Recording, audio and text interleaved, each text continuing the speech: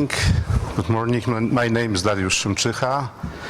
I will be moderator of this discussion. I am first Vice President of the Polish-Ukrainian Chamber of Commerce. Welcome everyone to the workshop Why EU Accession is a Big Chance for Ukrainian Companies. Welcome all of you on behalf of our organizers. It is Directorate General for Internal Market, Industry, Entrepreneurship and SMEs in the European Commission, the Directorate General for Neighborhood and Enlargement Negotiations, Unit Ukraine Service European Commission, Minister of Economy of Ukraine, of course, the organizers of this conference. We are in Poland. We are meeting in Poland, and in Poland we know something about the topic of our discussion, about the fact that accession to EU is a great opportunity for companies.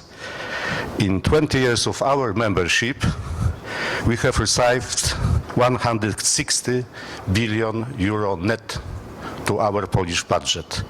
It creates huge investment in our infrastructure, in our industry. It helps to our trade. It helps to our companies, to our business. In 20 years of Polish being in EU, our export increased 6 times. At the same time, the agricultural export increased 10 times. Over 20 years, nominal GDP of Poland has increased at a level about 450 billion US dollars. GDP per capita rise from 8,000 US dollars in 2003 to 22,000 US dollars in 2023. The largest contribution to the GDP of Poland is made by the SMEs. Around 50% of our GDP, it is influence of our SMEs. Today, this Polish GDP is created by Ukrainians. After the 24th of February 22, after the full-scale invasion, Ukrainians established in Poland 8,000 new limited companies. At the same time, around 50,000 FOPs, one-person economic activities, were opened by Ukrainians, generally by ladies, in Poland. In Poland legally work over 700,000 Ukrainians who also pay social insurance, our ZUS. It shows that Ukrainians are the part of our economy, and these Ukrainians who doing business in Poland are also part of EU economy and also a part of EU reality. It is bridge for future Ukraine in the European Union. I would like to ask about first speech our guest from Brussels, Yanis Aizalnieks, right? Aizalnieks, who present the European perspective of Ukraine SMEs from the point of view of DigiNear. Please, Yanis. Yes. Yes, thank you. Thank you, and it's really a great pleasure for me to participate in this conference yesterday and today, and talk to you in this particular workshop where we will try to answer a question and discuss on why EU accession is a big opportunity for the Ukrainian companies. I think it was a very good introduction that was made by a Polish colleague, and these discussions on what should be the strategy, what should be the path to growth, have been taking place during the rounds of previous enlargements. You made examples from Poland. I mean, I come from a smaller member state, Latvia. We also have had these conversations. How do we build our competitiveness in this internal market? And not only at the point of obviously enlargement, but also throughout the process, because this is one of those areas that never ends, and the world is constantly changing, and our economies and businesses need to adjust to the new circumstances. I mean, the first message I wanted to say is that I believe that definitely this EU enlargement is obvious and a major game changer for Ukrainian businesses. I know that some of these aspects will be discussed also in other workshops, but in essence, joining the internal market is going to provide much more new possibilities, and is going to push also government into the strategies that are going to eventually lead to strengthening of the economy and of the business environment. So I wanted to talk a bit about EU support to Ukraine, its economy, private sector and SMEs. In particular, obviously, as I represent DG NEAR, which is a Directorate General for Enlargement Negotiations and Neighbourhood. And I will also be complemented by colleagues from other Commission services, notably DG GROW, that is leading the way on policy issues on support to industry and SMEs. Obviously, our directorate is in charge of relationships with the neighborhood, with neighboring countries, and also enlargement negotiations. And that also means we are leading on the Commission work and support to Ukraine. We're coordinating European Commission's efforts and also organizing enlargement negotiations, which we are conducting right now. It's a point that we started discussing this morning, and I wanted to say enlargement negotiations. In fact, there's not very much to negotiate in these negotiations. It's a club which you join, and in a way you accept the rules of the club, and you also get the benefits of the club. There is, of course, points that you can negotiate, and also remember these aspects from the time when my country was joining European Union. Obviously, if there are large and capital-intensive investments that need to be made in order to comply with the EU rules and regulations, then of course there could be transitionary periods that could be negotiated. Otherwise, the rules of the internal market are the same for all, and they are there indeed in order to ensure the fair and level playing field for all the businesses that are on the internal market. I wanted to also advertise a little bit of the work that we are doing right now, and maybe you've noticed a few weeks ago we published a report which is called the Enlargement Report, and this is precisely the study that we are doing every year with all of the enlargement countries, and it's already for the second time that we are doing this for Ukraine, where according to the 33 chapters of the EU law we are assessing the state of play in the Ukrainian legislation and state of reforms. You will find, quite detailed description of what we believe have been good developments over the past year on the Ukrainian business environment, in different sectors such as environment, in economy and energy, digitalization, and so on, as well as some of the recommendations where we believe, Ukraine and other countries, when it comes to other countries, should be paying their particular attention. Of course, we also work on the providing the EU assistance to Ukraine. I mean, a lot of this has been covered already in the past days. Maybe you have noticed the figure which was mentioned that since beginning of the war we are already at the figure of Sorry, because of this voice, it's green energy. Okay. Yes. Sounds like a green energy. Yes, absolutely. Yeah, great soundtrack. So yes, maybe you've heard colleagues speaking about the 122 billion euros that since beginning of the war has been mobilized by the European Commission and the EU to support Ukraine. Some of these instruments are very visible and have been discussed a lot so far and are going to be discussed.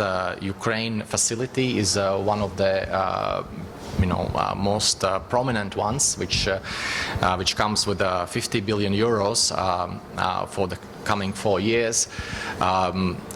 There is a lot of talk about investment framework, so the investment leg of this instrument, which is going to be implemented through the European financial institutions together in cooperation with the Ukrainian commercial banks and directly with the Ukrainian companies. This is going to be a major element. However, there are also other pillars of this work. So quite famous is also Ukraine Plan, which is another pillar of Ukraine facility.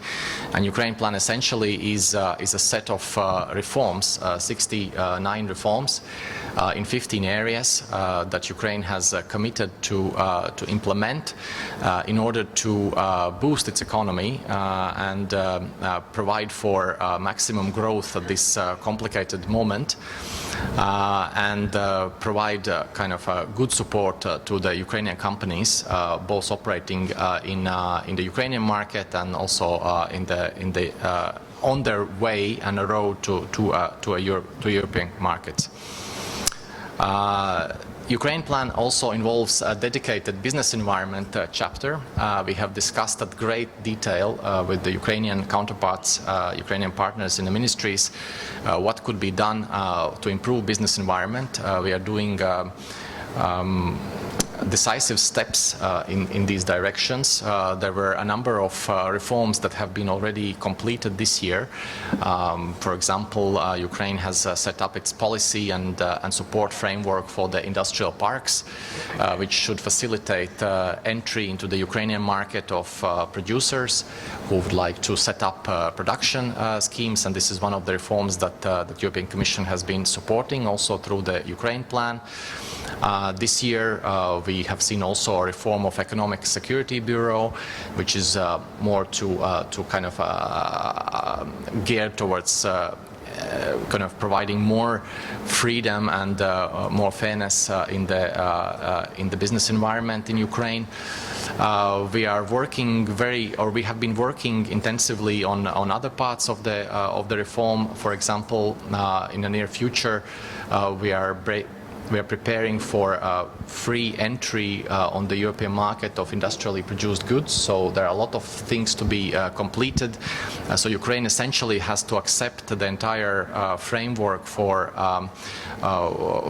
market surveillance and product safety inspections. And this is happening as we speak. Ukraine has prepared a new market surveillance law, which is now being passed to Rada, and we are expecting adoption of this new market surveillance law in 1 month's time, or basically by end of this year. And this is also one of the business environment aspects. It might seem a bit paradoxical, that on one hand we are working on and supporting deregulation efforts, which is very important to get rid of the regulations that are unnecessarily complicated or bureaucratic, and there we want to praise also work of Ukrainian counterparts, Ministry of Economy, at looking at different deregulation aspects.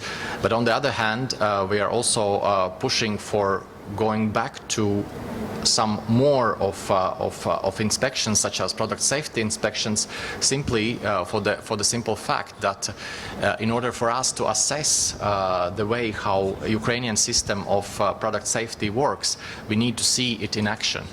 We cannot assess something that is theoretical, that is only on a paper, and that hasn't shown its activity. We know that due to the martial law product safety inspections were on hold so far, but our expectation is that they will be partially resumed, and they are already partially resumed, so that we can make a full assessment of this system, and this will eventually allow several industrial products, mainly in machinery sector, to enter European market in the same way as already EU member states are trading among ourselves. So we will continue working on these business environment reforms. We have seen a number of improvements over this year as reflected in the enlargement report. We will be also working on several other directions, which I haven't yet mentioned, which is, for example, trade and ensuring that trade flows are being supported by the adequate transport routes. Solidarity lanes, namely, one of the workshops is going to look at it more in detail. I think it's extremely important that we not only have the right conditions for producing goods, but also there are conditions for exporting them. This is something where we have invested heavily, and we will continue taking care of it. Well, I thank you for this opportunity today to address you, and I'm happy to discuss in more detail any of these aspects and participate in this discussion. And I hope we will find today also more ways of supporting Ukrainian companies and entrepreneurs to enter and develop themselves in the Ukrainian and EU market. Thank you so much. Thank you, Yanis. My obligation is to ask each other panelist why EU accession is a big chance for Ukrainian companies. One argument, please, from your perspective. Well, from my perspective, it is certainly that it's going to provide Ukrainian companies. I mean, eventually, Ukrainian market is going to become European market. So Ukraine is going to be part of the single market. So that means that the market of 450 million consumers is going to open up for Ukrainian companies, and this is incredible opportunity that is coming up. You simply need to brace for it and do some transformation, but it essentially gives an endless possibility for doing business in Europe. Thank you very much. Because you raised the topic of Ukraine facility, let's welcome on this workshop Karol Tofil, who is the vice head of BGK, Polish Development Bank desk, responsible for Ukraine facility in Poland. So if you are registered in Poland, you can connect during this workshop. I think that always is better to learn through examples than through the lectures. So let's start with the first example, with the first case study. It is Nowa Poczta, Nowa Poczta, Nowa Post. Andriy Koupakov, please. Hello, thank you for invitation for this meeting. My speech will be very short because I can speak not on the name of all the Ukrainian business, but I will speak from the point of Nova Post.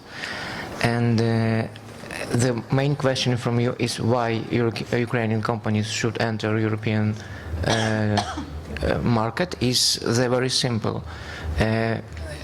Nowadays, doing business only in Ukraine is very risky. If you concentrate and earn money only in Ukraine is very risky because of hard of doing business there. Lack of electricity, lack of staff, lack of normal transportation, and very hard. You cannot put all eggs in one basket. This is just a necessity for Ukrainian companies to make some export or to enter European market. It's like a business wisdom.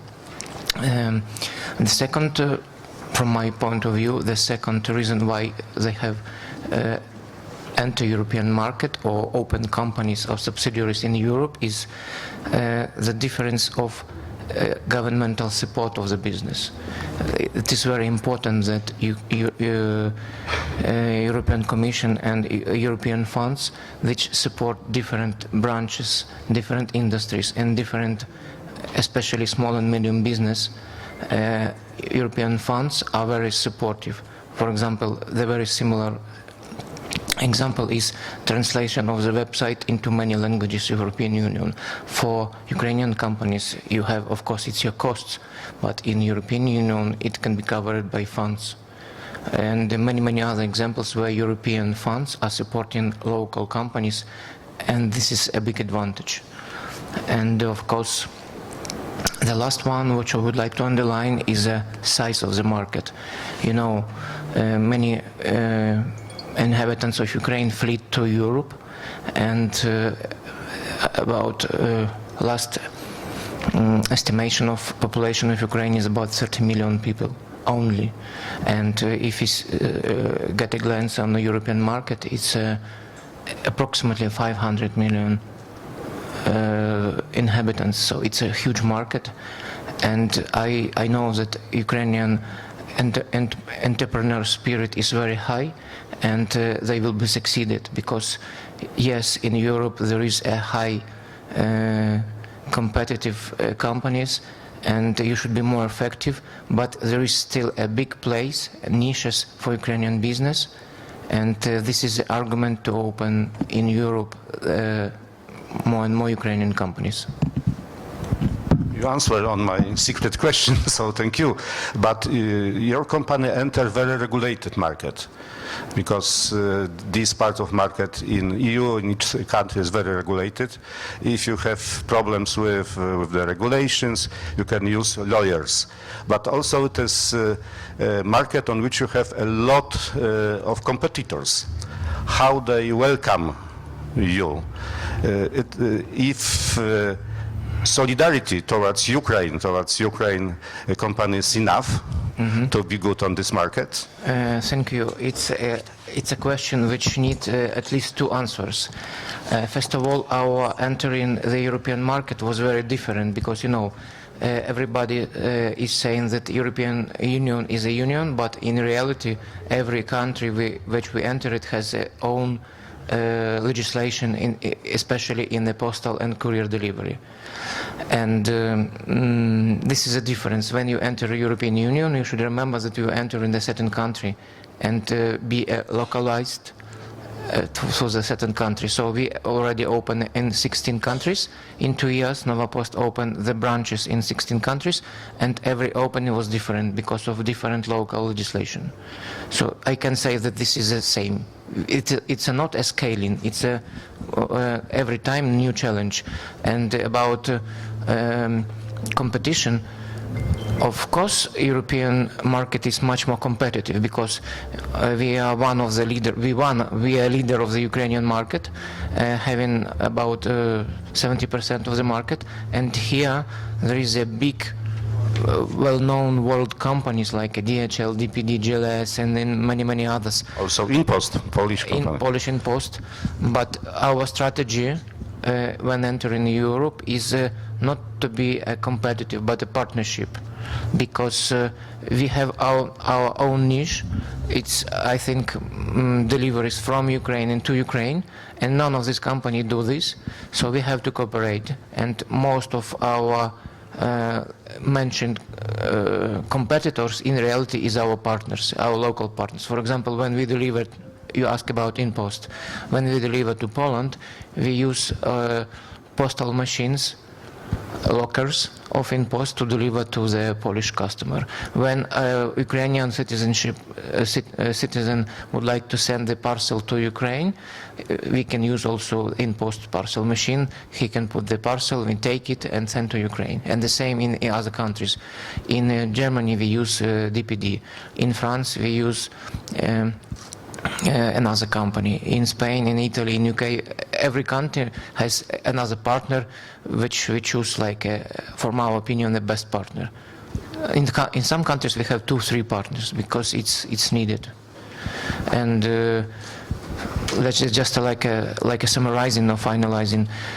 This is not competitive companies. This is like partners, and.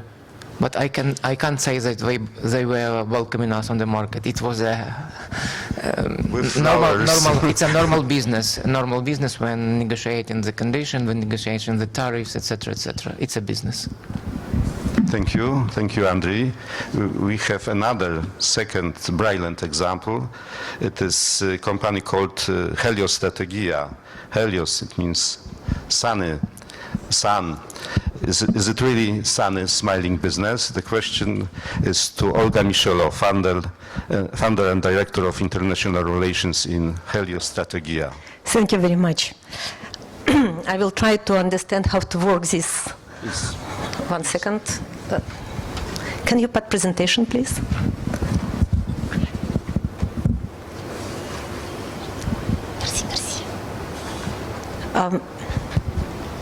Do you know how to work this presentation? Ah, thank you very much. Okay. First of all, thank you very much for this possibility to speak here, for this opportunity.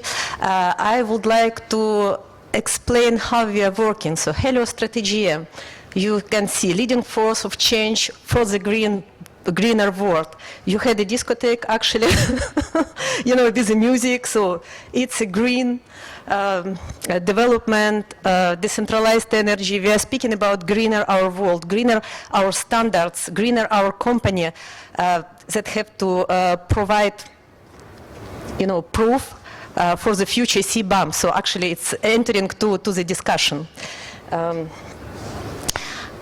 Challenge. What is challenge for you? For us, challenge it was in Ukrainian market when we opened the company. We opened the company, how it's working? Sorry. Do you know? We opened a company in 2011, and actually we are working already almost 14 years, so 13 years, but almost 40 years in Ukraine. We would like to speak about our positive case, how we entered in European Union market. We entered in European Union in 2017, so actually first market that we entered, it was Polish market. Next. I have to tell? It will be done. I'm assisted. Sorry. So as I told, it's already 40 years we are on the market. We built really huge capacity in Ukraine, and we continue to build, and we continue to grow in Ukraine. Please, next. Positive case investment in European Union. We came to the European Union in 2017 in Poland. Polish market, it's not the easiest market for the renewable energy, you have to know. But actually we succeeded. We have a company, and our headquarters right now, not in Ukraine, in Poland. In Greece, we entered in 2019 after we began our accession in Germany, in Lithuania in 2023, and in Germany in 2024. In Belgium, we have entities that doing lobby. Why we need to do the lobby? Because we would like to understand how to prepare our business for future 5 years, for coming 5 years, for coming 7 years, etc. We would like to understand what kind of product will be used in the European Union. Do European Union have to use a Chinese product, continue to, business as usual, or to change approach, how to work in the European Union? Our company working a lot with a product coming from the European Union. For example, if you are speaking about inverter, it's a German inverter. If I speak about steel construction, it's Polish steel construction. For the panels, it's still Chinese, sorry. So, but we hope that in European Union, we will have also enough capacity to source also panels from the European Union. And yes, in each country there is national law, and yes, there is also common law. So when we established in Poland, we have to move, our teams in Lithuania. Right now we are working and we are constructing 160 mega in these 3 countries. I'm speaking about Ukraine, Poland, and Lithuania. 160. And we move our team from one country to another, from Poland to Lithuania. But do you think that it's easy? No, because we need to apply all the paper, and it's also national law. We can't come, to move our people, workforce and work. No, it doesn't work like this. And Nova Poshta talked already about it. And how we did it, it was not easy, but you can see, I wrote it. It's entrepreneurial mindset and, language skills, etc. It's helping, really helping. Next.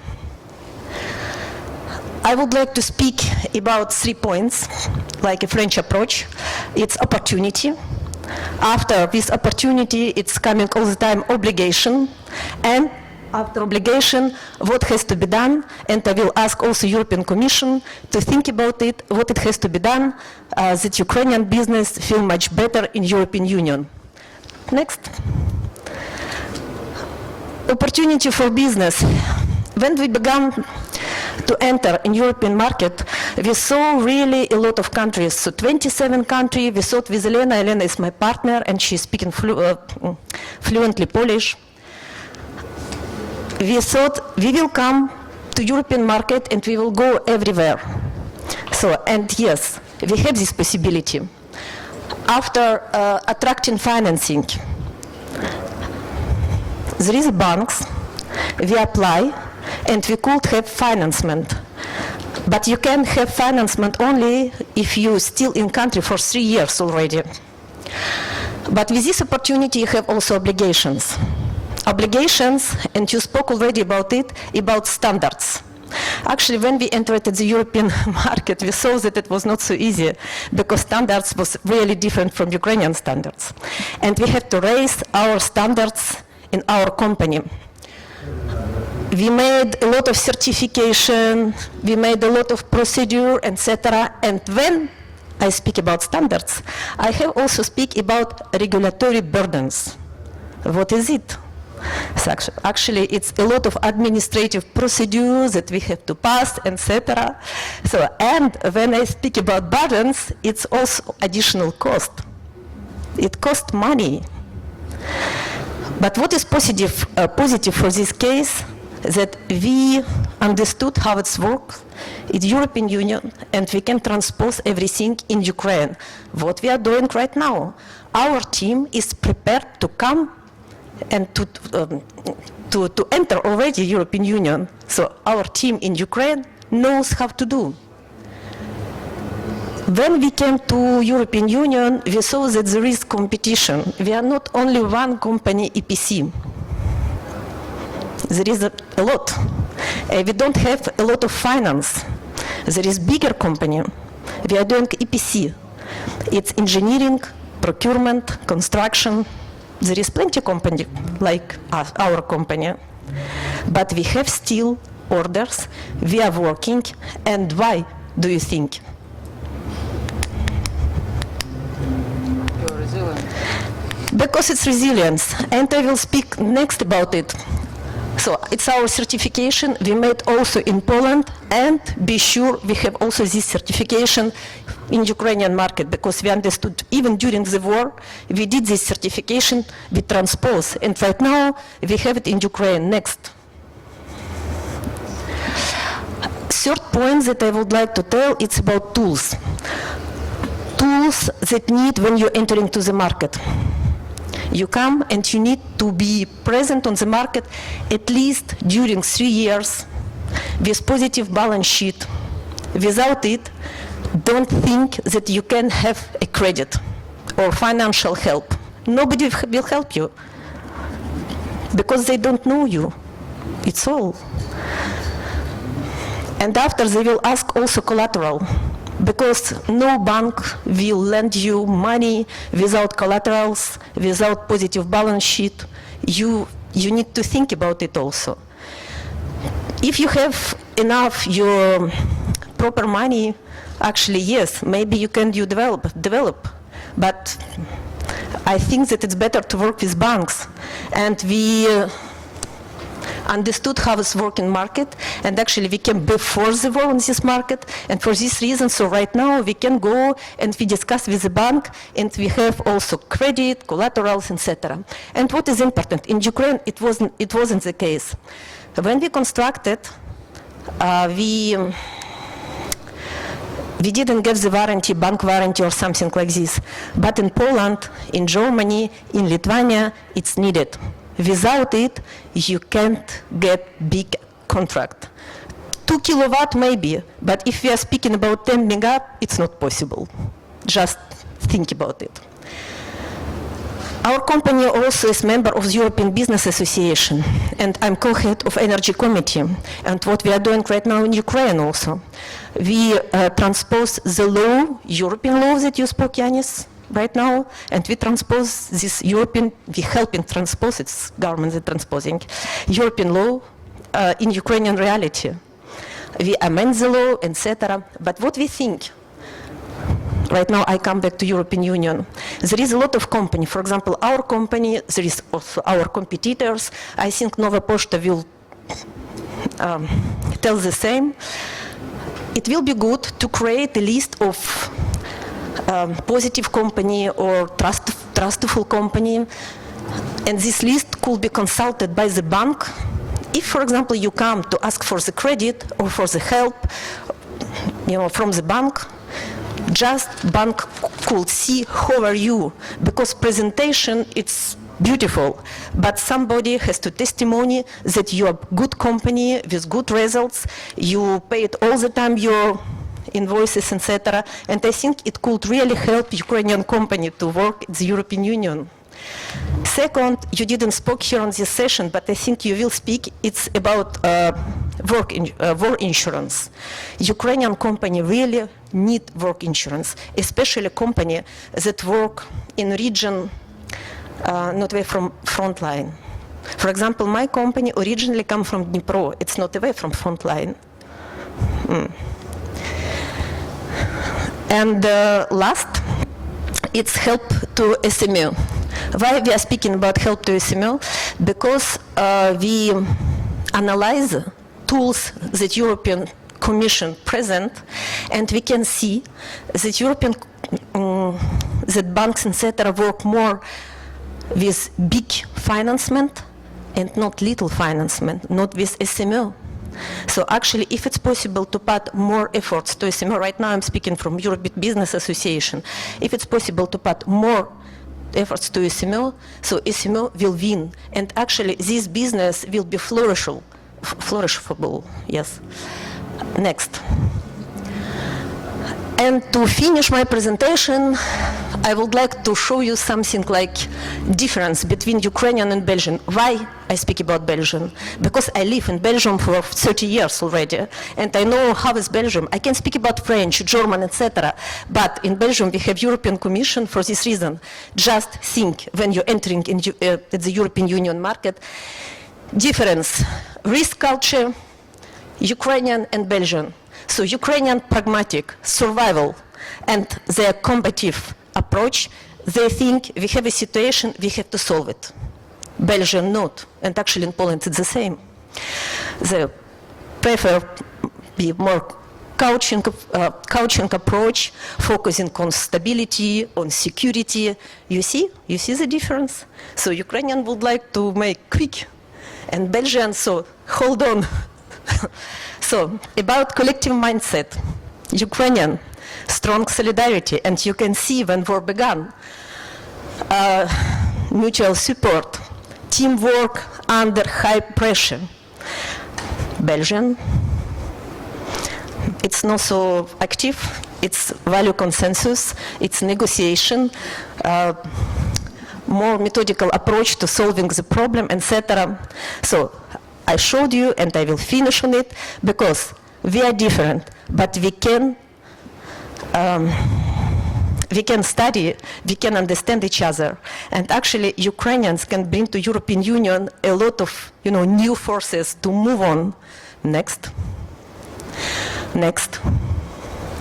So just be flexible, open-minded, and you will build your success story in European Union. Thank you very much.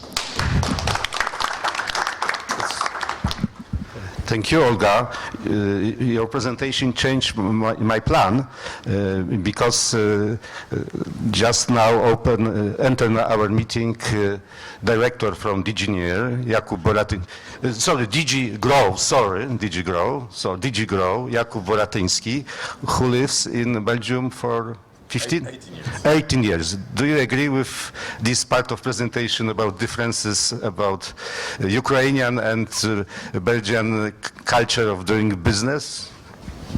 Yes.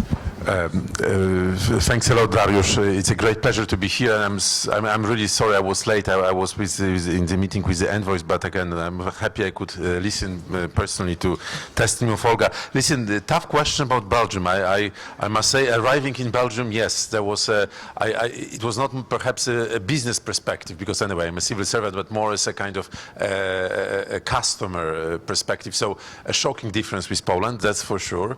And I think in terms of the speed, yes, there is clearly a difference with which I would fully agree with Olga. Things take time. Things are calm, and actually, the whole point is actually not to stress, So, well, it's indeed a difference, and I would say that this is also not just a difference between Belgium and Ukraine, but also between Belgium and Poland, which points out also we have, let's say, a huge diversity in Europe. It's after all, a community of very different culture and traditions. But I think that, with more and more of collaboration, I also think that, we see that those differences are not perhaps as pronounced, in big international projects, where there is a cluster community, whether these are research projects related to industry, I think people are more and more, trying to find a common language. Now, I think, Olga, I'm happy also I listened to you to what you said, because you, on the one hand, it's a testimony of opportunity that you exploit in the single market, but of course the situation is not rosy, and we are now basically at the moment of big transition in Brussels. The new Commission is coming into place, most likely in 2 weeks. And the issue of Europe's competitiveness, or rather the problems with Europe's competitiveness, are very much at the center of the reflection and the program for the new Commission. You might have heard about very important 2 reports, actually: Enrico Letta report on the future of the single market and Mario Draghi report on Europeans' competitiveness, which provides both a very sharp, honest diagnosis of the magnitude of the problem that we face, but also, a lot of actually things that we want to address. And clearly, Olga was mentioning to the issues which are, doing a different type of paperwork between Poland and Lithuania.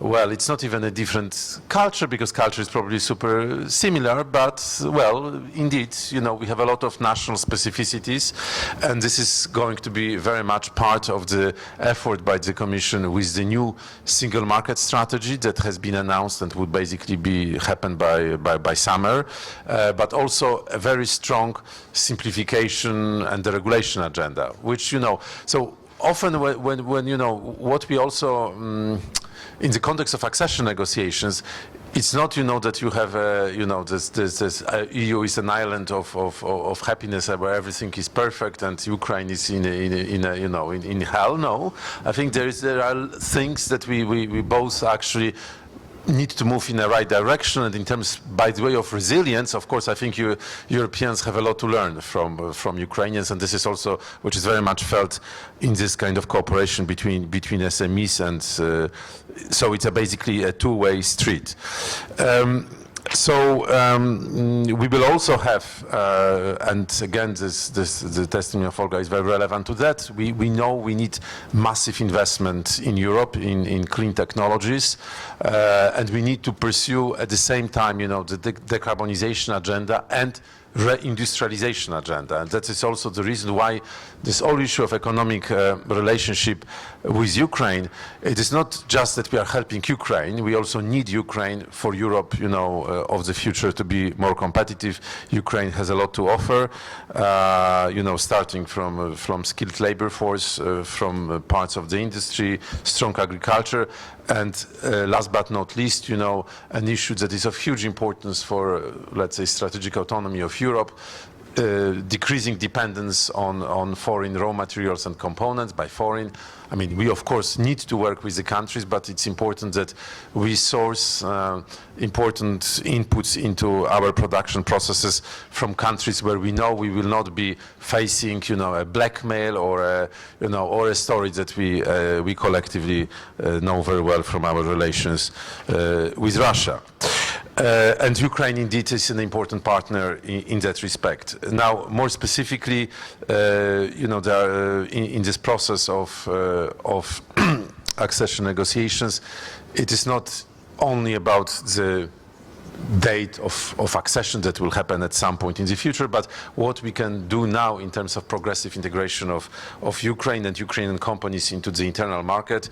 And one of the actions for which my team is responsible, team of DG Grow, of course with colleagues from DG NEAR, is this agreement on conformity assessment and acceptance of industrial products, known under acronym ACA, which is very much about allowing Ukrainian products to enter smoothly into the European market. Could be called a passport for industrial products. And the point is to make sure that Ukrainian products correspond to European standards and norms. And that also requires, which sometimes may not be so much appreciated by business, but you know that we have a functioning system of market surveillance or basically inspections. And at this stage, the focus is on machinery, electromagnetic and low voltage equipment, but it would extend to other sectors. So I'm just giving this as an example of, you know, of things that is, let's say, managed at a political or expert level between governments of Ukraine and the European Union. But this is also something that is definitely going to affect Ukrainian companies in terms of their opportunity to trade with Europe, and on that we also actually are counting on your support. You know, another area which is highly important is the reform of public procurement, that happens in Ukraine in any case, but of course now it's extremely important that the new public procurement legislation and system is fully aligned with what we are having in the European Union. What we followed with a great interest, and we are also happy we could have contributed, was the recently adopted SME strategy of the Ukrainian government, which was basically adopted in August of that year. We very much look forward that it will be really implemented in practice, and you know that there will be a right place for SMEs that anyway are the backbone also of Ukrainian economy and source of resilience in these difficult times, that you know that SMEs will be properly supported. And in that context, it is not just about support, but a lot about basically cutting red tape and the regulation. And I would say here we can actually, again, we need to efforts hand in hand, both inside the EU as well as in the Ukrainian. And finally, the issue of business climate and business environment. It is of course very important, also now mentioned in the meeting of the special envoys. You know, no matter, there is definitely a progress which the most recent enlargement report takes note of. But still there are of course a lot of issues, and even apart from that, there is of course a perception, widely held perception, that basically it's a country which is, you know, not just facing war, and people not necessarily. Those who are not exposed to Ukraine, they don't necessarily understand that there is a big part of the country which sort of functions, you know, normally. Of course, you know, sort of, because obviously, you know, it functions normally because of the great resilience of people. It's not just that everything is fine, but you know, businesses are growing, businesses are basically, making money. And then there is second element of the perception that, of course, it's a deeply corrupt country. So we need sustained efforts on that side, and of course, civil society in a broad sense, including business community, that basically puts a pressure on government to improve the business climate and investment environment is extremely important. And I would say Ukrainian companies need it as much as obviously European companies coming to Ukraine. So, well, it is not per se about, single market as such, but clearly, the better business environment in Ukraine helps also Ukrainian companies to be more successful and enter European markets. So with that, thank you very much. Thank you for excellent short presentation. I see that Olga has an idea to comment your speech. It's true? I can tell. Thank you very much. And you spoke about corruption. You spoke about our country. Yes, it's not easy question.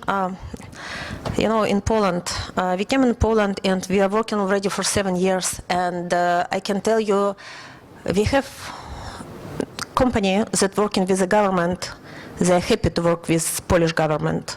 The same with Lithuanian government, etc.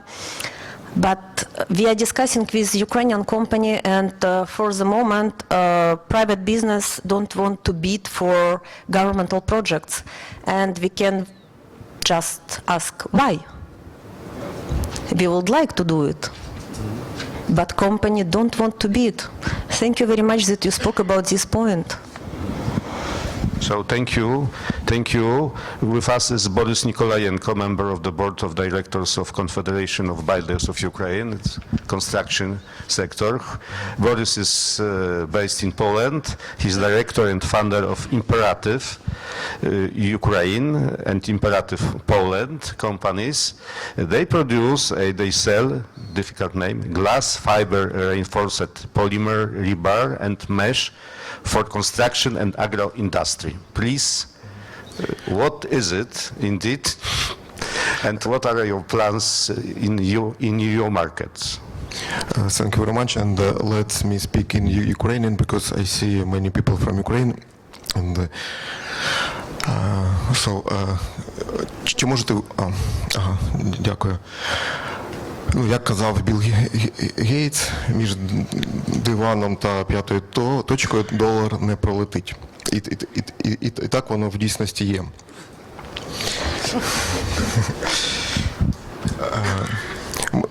Ми знаємо, що європейські компанії, їм зручніше працювати з європейськими компаніями, аніж купувати якийсь товар десь там далеко в Україні, розмитнювати його, сплачувати митні платежі. Ну, це складно.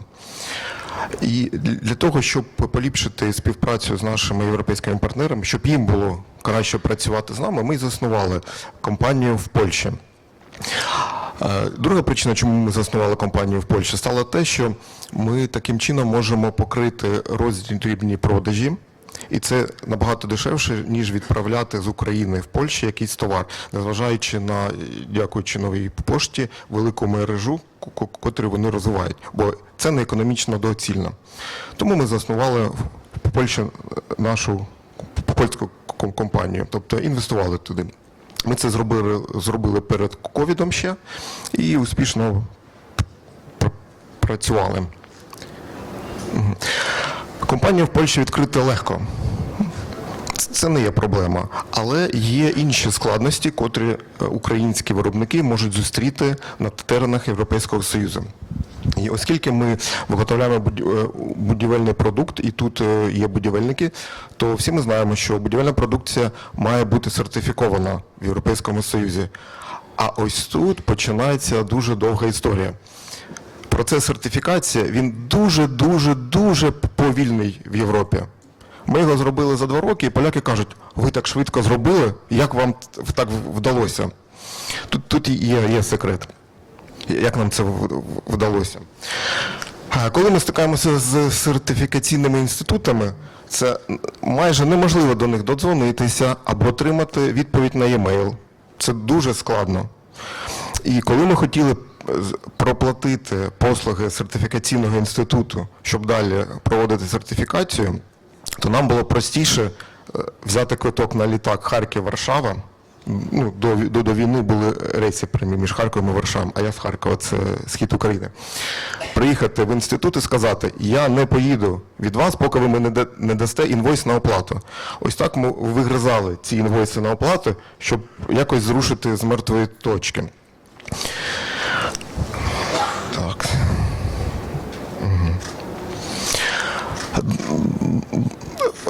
Наступна проблематика. Не на всі будівельні продукти в Європі, на жаль, є гармонізовані стандарти. Це такі єдині стандарти, котрі охоплюють всю європейську спільноту. І якщо його нема, то потрібно в кожній окремій країні проводити окремі дослідження, а це вимагає кошти і час. Ми не могли інвойс отримати від одного інституту сертифікаційного, а уявіть, якщо це потрібно по всій Європі робити. У нас просто персоналу не вистачить, щоб просто цю бюрократію якось побороти. На щастя, в цьому році конкретно на наш продукт Євросоюз затвердив Європі документ. Це щось середнє між гармонізованим стандартом і стандартом в певній країні. Але і тут є складності. Пам'ятаючи нашу пригоду з цими інвойсами, що нам краще було і легше прилетіти до Варшави, це все взяти і полетіти в Україну, ми обрали країни, котрі найближче знаходяться до України, і з ними почали вести діалог. Ми обрали країни Балтії, Польща, Словаччина, Туреччина і Румунія. І ось у фінал вийшла Словаччина. За 2 місяці наших телефонних розмов, листування ми отримали від них інформацію, скільки стоїть сертифікація, і вчора от ми отримали інформацію, скільки коштують всі дослідження. На це нам знадобилося 2 місяці. Тепер у нас є, сподіваюся, за рік ми отримаємо загальну сертифікацію і зможемо ще більше попрацювати тут на теренах Європи. Але далі є проблематика. Для того, щоб отримати сертифікат і спокійно продавати в Європі, ми маємо провести аудит виробництва. Щоб провести аудит виробництва, уповноважені особи з Європи мають прилетіти до нас в Україну. Але вони бояться приїжджати. І це, в принципі, логічно. Їх нема сертифікату. Що робити? Проблема. Ми вийшли з цієї проблеми, ми домовилися, що легально вони можуть для нас у зв'язку з війною провести відеоаудит. По відео спокійно ми показуємо виробництво, все розповідаємо, і це є реально плюс.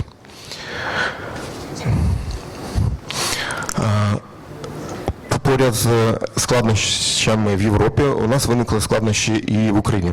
Почалась війна. Наш завод розташовувався в 20 кілометрах від державного кордону з Росією. В перші дні він був окупований, потім знищений. Багато наших партнерів з різних країн пропонували, щоб ми відновили виробництво в їхніх країнах, але принципово вирішили, що ні, ми не будемо виїжджати, не будемо просити соціальну допомогу, ми будемо працювати в Україні, сплачувати податки саме в Україні, наскільки це ми зможемо. І ми почали перевезення нашого персоналу, бо обладнання його не було, нічого було перевозити, були лише люди. Ми знайшли приміщення на Західній Україні, є така область Івано-Франківська, місто Калуш. І там ми знайшли приміщення, де ми змогли в подальшому відновити будівництво. Перевезли ми своїх інженерів, і вони почали власноруч збирати обладнання. Якщо раніше у нас було 6 ліній з виробництва продукції будівельної, то ми зібрали під час війни 1 лінію, і через півроку з початку війни ми випустили вже першу продукцію нашу. Тобто таким чином ми з нуля відновили наше виробництво. У подальшому ми отримали допомогу від тієї організації, відколи не очікували, від українського уряду. Український уряд надав нам грант, але на умовах того, що ми його будемо повертати у вигляді сплати податків. Таким чином ми наразі замотивовані, щоб збільшувати свої продажі, бо чим більше ми продаємо, тим більше прибуток отримуємо і відповідно сплачуємо податок на прибуток більше. Чим більше ми продаємо, тим більше наші працівники отримують заробітну плату і на них теж нараховується податок. Ми його сплачуємо і таким чином погашаємо грант. І допомогла нам, звичайно, польська фірма, котра здійснювала продажі і таким чином заводила в Україну валютну виручку. Тобто ми отримували євро і злоти в Україну, підтримуючи таким чином нашу економіку. І питання від українців, як ми шукали клієнтів взагалі в Європі. Перше – це участь у виставках. Ми брали участь у багатьох виставках по Європі. Там ми знайомилися з людьми, з майбутніми потенціальними клієнтами, обмінювалися контактами. Ми дізнавалися, як ринок реагує на наш продукт, що їх цікавить, які, можливо, проблематики є. А потім вже зустрічалися і шукали компанії, котрі, наприклад, продають будівельні матеріали. Ми їздили до них, проводили живі зустрічі і таким чином виходили на європейський ринок.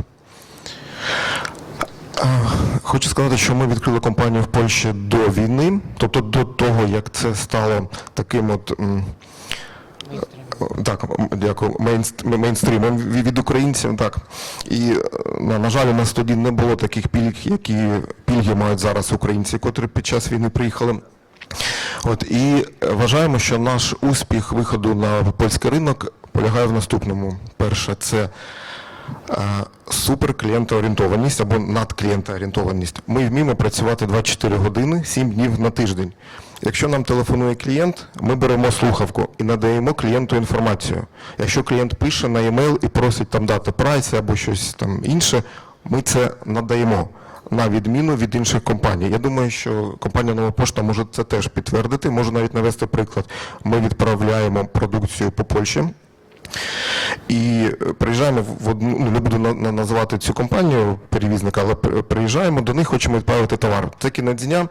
Люди не хочуть працювати, вони кажуть, ні, ми вже не приймемо, ми не знаємо, що робити, тут у вас не так запаковано, а як правильно запакувати, ми не знаємо. Проблема. А нам потрібно в п'ятницю відправити. Йдемо до іншої компанії, теж не відправляють. Шукаємо нову пошту. О диво, 9 відділення біля нас було. Приходимо на нову пошту, все упакували, все зробили, вже відправили. Питань взагалі нема, так що дякую вам. І от з таким сервісом ми підкорюємо Європу. Бо да, ми вміємо наполегливо працювати. Друга підстава, чому ми досягли успіху, це якісний продукт.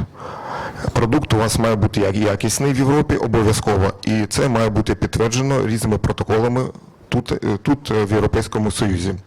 І третя причина, це стосується безпосередньо нашого продукту, це те, що ми допомагаємо вирішити проблему або біль клієнта, коли клієнт хоче зекономити на будівництві, але не втрачаючи якість. Ми виробляємо такий продукт, який є конкурентом до металу, і він є дешевший, але по характеристикам технічним він більш якісний. І це в сукупності дозволяє нам успішно бути на європейському ринку. І трохи цікава інформація для українців, що ми взагалі отримали, коли прийшли на польський ринок і порівняли роботу в Польщі і в Україні. По-перше, тут дуже легко відшкодовувати податок на додану вартість. Я навіть не знаю, де знаходиться наша податкова служба в Польщі, тут, в Варшаві. Ми вже декілька разів відшкодовували, взагалі ніяких питань. Воно автоматично все проходить, на відміну від України. Тут дуже легко адмініструвати податки, на відміну від України. Так. Ага. Тут, я не знаю, чи європейці це зрозуміють, але українці зрозуміють. Тут дуже адекватний фінансовий моніторинг та валютний контроль з боку банків. Бо в Україні є такі правила. Якщо ми щось продали, через півроку контрагент з Європи має обов'язково кошти повернути в Україну. Якщо кошти не повернулись, ми сплачуємо штрафи. Тут в Європі такого нема, все прозоро, все дуже зручно. Польські банки розмовляють українською мовою. У них інтерфейс є польською мовою. В Польщі стабільне податкове законодавство. І ось є такий негативний момент в Україні. На відміну від України, в Польщі ви не купите нелегально митні та податкові бази даних ваших конкурентів. І це дуже великий плюс тут, в Польщі. Українці мене зрозуміють, про що я кажу. От. І дуже цікава річ, коли ви відкриєте компанію тут, в Європі, і коли ви будете завозити свій товар з України в Європу, то якщо ви дотримуєте законодавства європейського, то митна служба вам може навіть дозволити не сплачувати ввізне ПДВ, ввізний податок на додану вартість при імпорті. Тобто ви економите свої обігові кошти. І фінал цього: не бійтеся відкривати бізнес в Європі, пробуйте, працюйте, все у вас вийде. Дякую. Boris, thank you. Please tell these good words about Polish custom services, tax services to Polish businessmen. Thank you for this presentation. Please tell me, do you produce something in Poland or still in Ukraine? No, now we produce only in Ukraine, but maybe in future we can open factory, maybe in Poland or Slovakia, but now only in Ukraine. Please remember, we are a bigger market than Slovakia. Thank you very much. With us is Volodymyr Kuzio. Volodymyr now is deputy chair of the management board of Bank of Lviv. Before he was deputy minister of economy of Ukraine, and Volodymyr has excellent, unique experience because he was among these people who prepare Ukraine plan, who build this Ukraine plan, and now he switched the position and is among these people who must implement Ukraine plan. What is easier, Volodymyr, to programming or doing? Yeah, thank you so much. I have the presentation, so please, guys, run the show. Yeah, I will start. Yeah, indeed. So I'm representing Bank Lviv as the one of four management members. So Bank Lviv is the leading SME-focused bank. Yeah, and yeah, I took moved on from my office as Deputy Minister of Economy, in which we were indeed closely working with the engineer and the European Commission on the preparation of the Ukraine investment framework. So having this both experience, I'm really excited to share with you also the state of play for time being, because by and large, lots of businesses ask me what the Ukraine investment framework is, right? What does it mean? How it works on the ground? So yeah, I'll start then with the business needs. Yeah, because there are different needs for micro, small, medium entities in Ukraine, and of course we are keen on getting back people to Ukraine, running the production facilities in Ukraine, not just sharing the our companies abroad. So, which means that we need to unlock all the bottlenecks and the limitations that we have, and we are doing so in Bank Lviv. For instance, yeah, for micro businesses, no collateral available. You know, a lack of track record for bankability of the projects and high cost of financing. The small businesses, of course, have the lack of consolidating reporting, white so-called reporting, business plans, inefficient level of collateral. For medium and large businesses, there are a bit slightly another challenges they face with, IFRS, ESG reporting, responsible business, etc. For longer production cycle, fixed assets and risk, and long process of the raising funds. So, and if you see on the size of the average tickets, how you can get this access to finance. For instance, for up to $3 million, you can get through Ukrainian banks, and that's obviously the number one and probably only source of the financing for micro and small businesses. For mid-cap businesses, and this average ticket 3 to 10 million, so we can basically, again, you have the access to finance through the Ukrainian banks, but also European DFIs is now entering the market, and I will talk a bit more about it down the road. On the large and medium tickets, of course, above $10 million, large businesses in talks with the international financial institutions.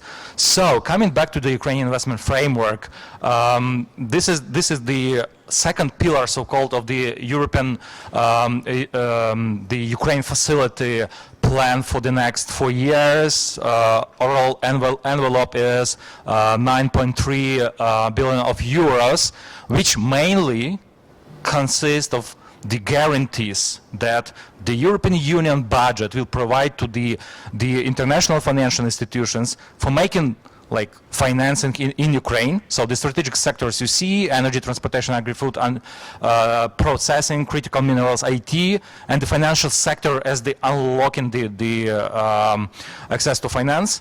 15% of guarantees and overall Ukrainian investment framework is dedicated for support to SMEs in Ukraine. starting from 2024 and the next 4 years as well. For the green project, 20% of the total envelope and 25% going to the public sector projects from the European Investment Bank. So how does the framework financing work?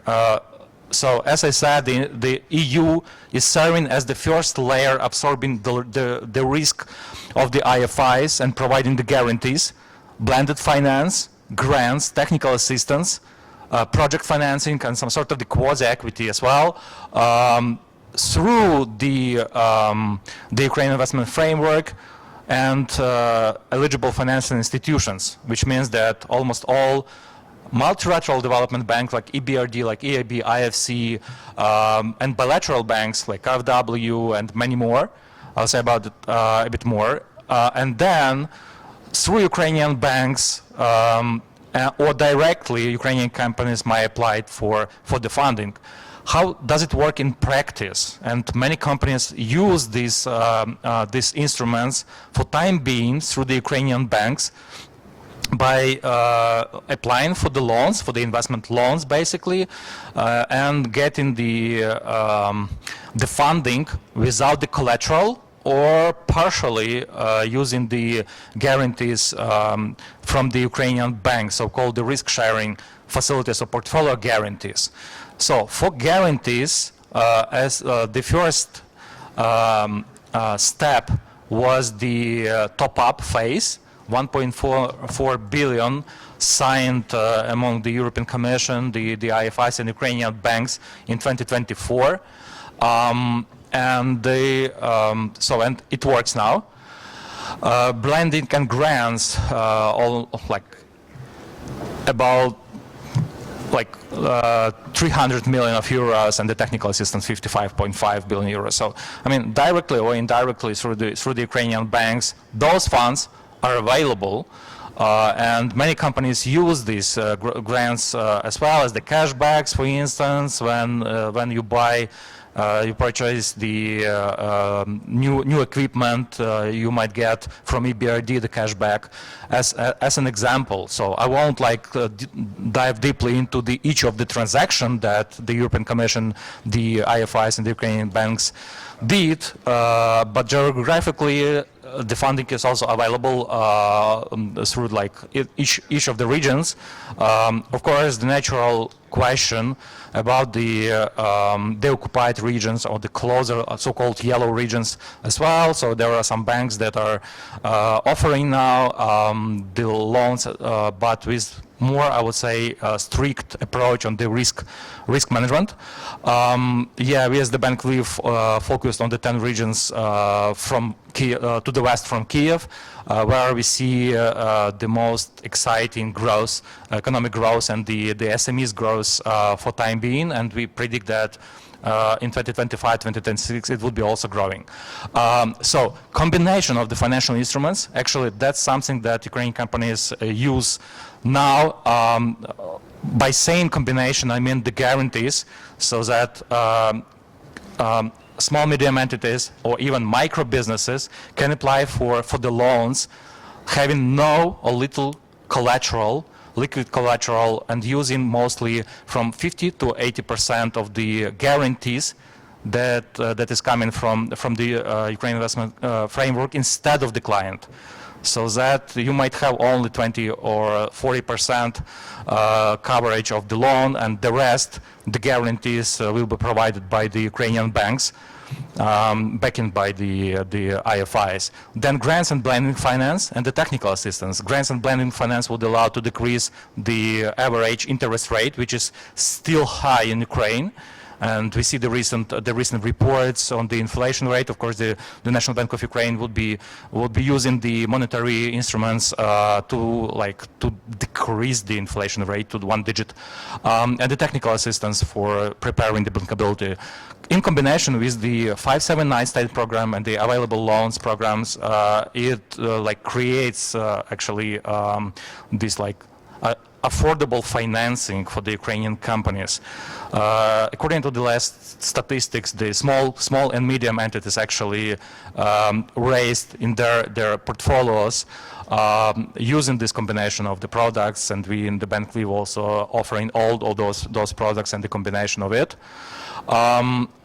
Coming back to the next plans, what DG NIR and the Ukrainian government also would plan, like to continue with accessibility of the funding for the Ukrainian companies, and actually early next year the second call for proposals through Ukrainian banks would be available, meaning that more grants and more risk sharing guarantees will be provided from the European Commission, the European Union, to Ukrainian companies on the ground in Ukraine. So until May 2025, the open call will be available. So that's about the timing. So coming back to the bilateral development finance institutions, most of them are our partners in Bank Lviv, like Swedfund, like KfW, Denmark, IFU, Belgium Bio, FMO, Properco, and others. So they have, for time being, the limits to do the project finance in Ukraine, which is, of course, not so easy to do so, because you need to find out the co-financing partners, etc. But for the mid-size tickets, this is available. For instance, IFU made like 12 projects this year in Ukraine on the ground, in the real sector, but same for others. So politically, they have the mandate to do projects in Ukraine. How it might also work, this is the example on using both instruments for buying equipment and replacing like outdated equipment in Ukraine with the production facilities, to use both development finance institutions and the long-term funding from them in combination with the export credit agencies. For instance, if you would like to buy the sophisticated equipment from Germany, you can apply for LRMS, and you can start working with the Ukrainian banks to do the financing of the projects, and then like to sign both agreements on these like project implementation, I would say. So Ukrainian companies really need to replace outdated equipment. So that's about the competitive of the Ukrainian economy, right? Not only to put the production facilities in Poland or in other countries below Poland, but of course we need also to build up the self-sustainability in Ukraine, right? Like making more revenues generation, tax generation for the state budget. Otherwise, we would still be suffering with the budget deficit. Yeah, so same for the war risk insurance. I mean, that's another topic, I would say, overall.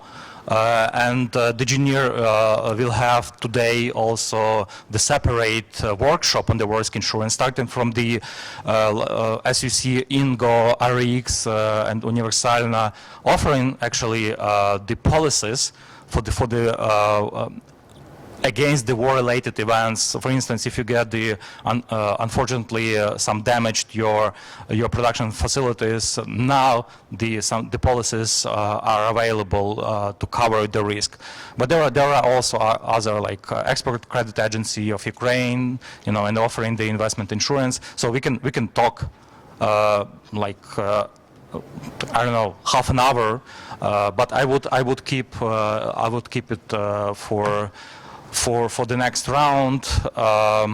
You can also learn more about all of those products. The first thing I would strongly encourage you to learn is the Ukraine Investment Project portal that the Kyiv School of Economics launched recently with the Ministry of Economy for businesses, for IFIs, DFIs. You will find the application form where you can just apply your investment project to this platform, and the DFIs would get the information and start shortlisting the potential projects. Another important handbook, which again the Ministry of Economy and the Kyiv School of Economics issuing last month, is the financing instruments where you will find all the programs by the Ukrainian banks, including Bank Lviv and others, on the access to finance. So strongly encourage you to learn more. Actually, this practical handbook includes IFIs, DFIs, Ukrainian banks, and insurance companies' products that are really available and most popular, I would say. Again, just to break the hypothesis that there are no funding in Ukraine available. That's not true. So you will find the proof there. And the investment guide that the Ministry of Economy presented at the URC conference. So yeah, someone switched off. Yeah, so you will find QR codes for handbook and for the investment portal. We have also printed versions at the table. So strongly encourage you to learn more about it, and also visit Bank Lviv page to learn about our projects as well and the products available for businesses. Thank you, Dariusz. Thank you, Vladimir. Thank you, Jakub, for arranging such a great workshop for businesses. Thank you. Dear participants, however, our workshop should finish, but organizers give us 10 or 15 additional minutes. Now I would like to ask Katarzyna Głaskowa, Executive Director of SUP, about the real needs of Ukrainian SMEs. It is real need. It is cheap loan, energy, partnership agreements with companies from EU. What is the real need? Okay, thank you, Dariusz. Thank you for being here on this discussion, really important discussion. I have less time, only 5 minutes, if I understand, or even 3. Okay, I will try to be short. I make some comments, but firstly, I try to answer your question. You know, all this accession process, this EU standards, all this new life of Ukrainian business is going to be most challenging for SMEs. Because for them they have less money, less people, less resources, less expertise, so they mostly need the support. I'm not sure that we discussed it in a previous discussion yesterday, but what is important for Ukrainian companies in the introduction of transitions period, because it takes time to be prepared for each of these different standards and certification, technical demands, and so on. And for this process, as I mentioned, SMEs especially need support. Technical support and special funding, financial support, go through this process and to get all the certificates, to modernize their manufacturing, to grow their capacities and be prepared really to operate on European markets. Partnership relations, of course, you mentioned it as well.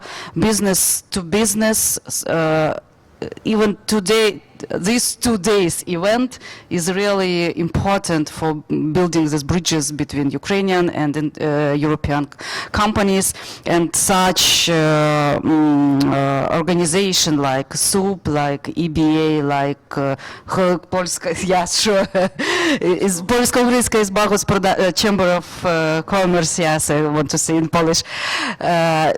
We all help our companies, Polish companies, European, Ukrainian companies, to collaborate, to know each other, and to build this partnership. Military risk insurance is still a big issue. I even have had the discussion with our German colleagues yesterday, and they said that German don't have any governmental instruments, some program for German company in this war insurance risks. I was wondering, to be honest, because I was sure that Germany has to have.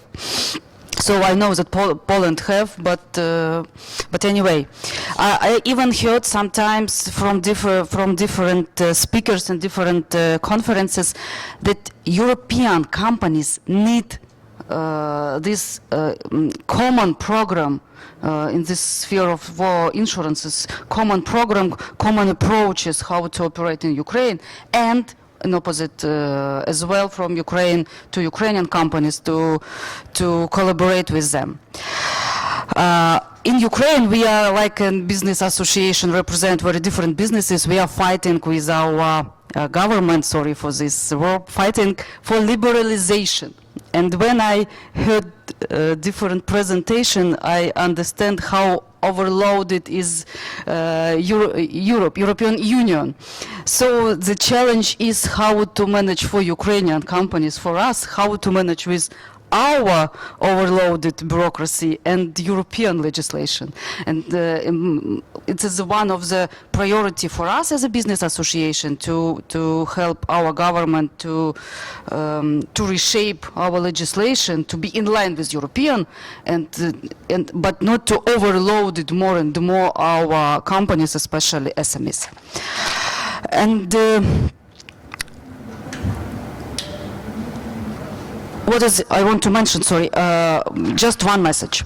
We understand how difficult to enter European market for Ukrainian companies. Sometimes it's only about perceptions. That's why we opened our European office in Warsaw, and one of the projects we are implementing now is dedicated to building trust with Polish society, Polish media, and Polish companies. We organize time to time different roundtables, meetings, media breakfast, and try to show the Ukrainian companies from the best side. Services, qualities, certification, how quickly we are, how resilient, and creativity, because we see all of this presentation. So to be short, I want to stop on it. If you have any specific question, please. Thank you, Katerina. Thank you. I can disagree with one of your arguments when you talked about the bureaucracy, European bureaucracy and Ukrainian bureaucracy. I remember bureaucracy in my country before 2004, and I day by day have meetings with actual bureaucracy. This new bureaucracy is really new and better. Believe me, the better rules, transparent, easier life and business, really, than before. Dear participants, with us, with special guest, we have honor to go host Mr. Timofey Milovanov, the chair of Kyiv Economic School. The floor is yours. Okay, so I've been asked to give a couple of thoughts on. I'll just stand. A couple of thoughts on the topic here from a slightly different perspective. So.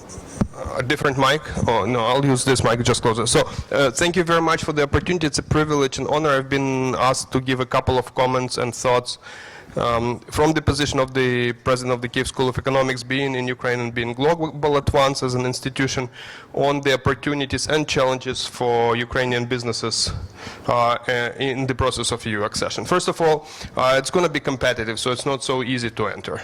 It's great for us because we have a market access, but not everyone in Ukraine appreciates this. Here, we have a selection of companies and people who appreciate that, but that's not always the mood among all companies. We need to work with that. There's even anti-European arguments, anti-EU arguments. Let's do Dubai, or let's do South Korea, And I think that's very dangerous for Ukraine and for Europe, because that kind of rhetoric might lead to populism.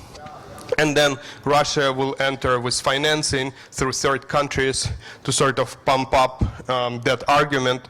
And if we're going to have an election after any ceasefire with Trump coming in the office or not, I'm pretty sure Russia will softly put candidates like that forward, at least on economic policy. So we all have to watch for this. Now, we also want to understand that the work for Ukrainian business is going to be hard for two reasons. One is competition, as I alluded, and Nova Posta knows better than anyone. You are not necessarily immediately welcome.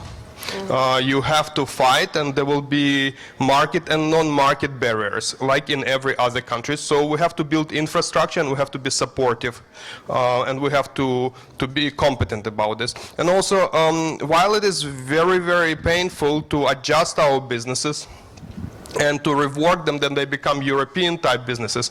That requires mindset changes among management, among politicians too, but it also, the payoff is ridiculously high. I'm put in compliance at the Kiev School of Economics, which cost me hundreds of thousands of dollars, not because I love it.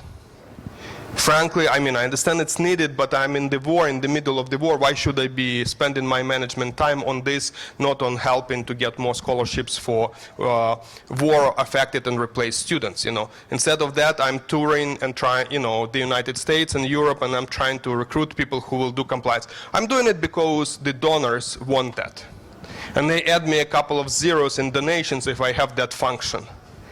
And my competitors in Ukraine don't understand that. They're just complaining that no one is interested in supporting education in Ukraine. No, people are interested. The money is there, opportunities are there, but you have to do a lot of homework. And this sort of very frivolous attitude to not doing homework, it transcends across different organizations and communities. And we have to become very, very serious in Ukraine that we are actually trying to survive as the state, and we need to do our homework. Now, that also means for businesses in Central Europe and Western Europe, Russia is there, it's going to stay there, it's not going to disappear with whoever comes into office in the United States or in Europe. That threat is present in Europe for a long time, for decades to come. And ESG kind of governance with ethics in the middle of it has to be real. So we shouldn't be trying to earn money on the side with Russia, direct or indirect deals, or waiting for the business to become normal as usual. That's the same danger as we have in Ukraine. Russia will come in, will try to finance directly and indirectly to destabilize European economic security and European markets.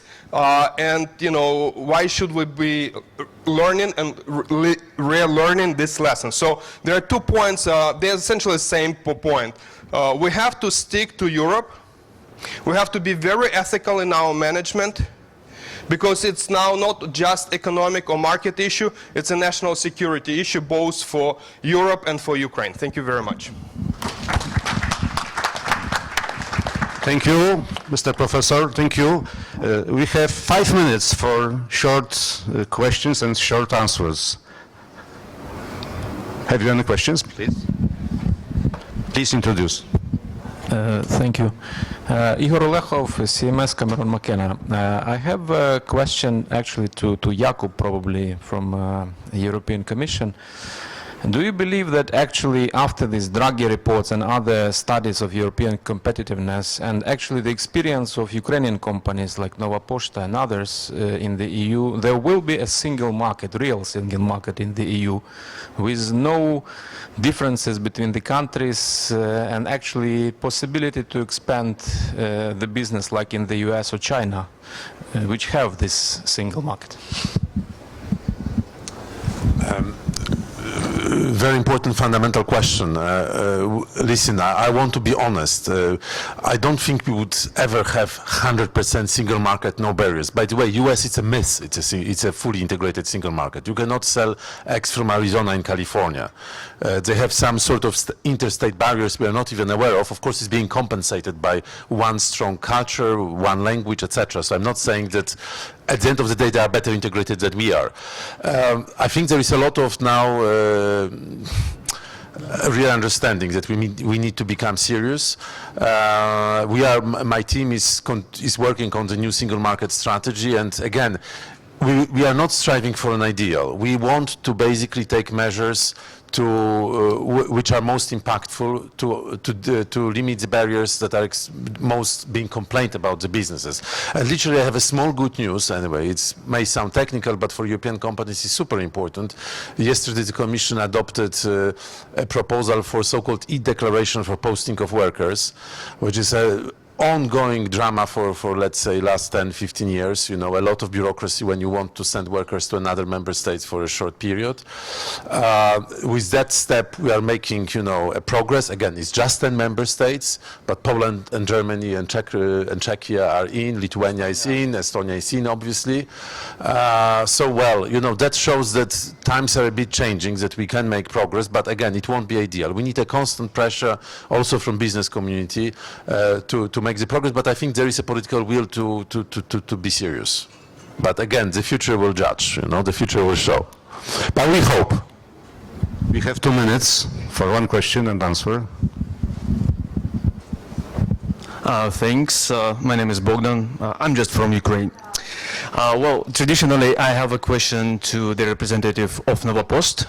It was like, what main difficulties your company faced with entering the new markets, but still the speech of Mr. Boris. Yeah. Actually cover this question. So it was not just some visible things, but let me say non-visible as well. So I think this question is close. That's why I would address my second question to Mr. Kuzo, if I may.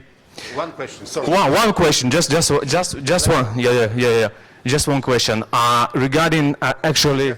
Good assistance. Yeah. Regarding actually the effect of the risk regulation of commercial banks in Ukraine and the regulation of NBU, how it is controversy with all that policy and support that we will have from the EU. And do commercial banks in Ukraine, which probably want to help business, facing these things with risk strategies, with own risk strategies and the regulation of national banks? Thanks. Yanis?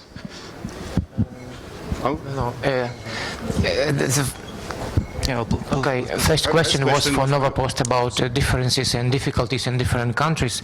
I can say that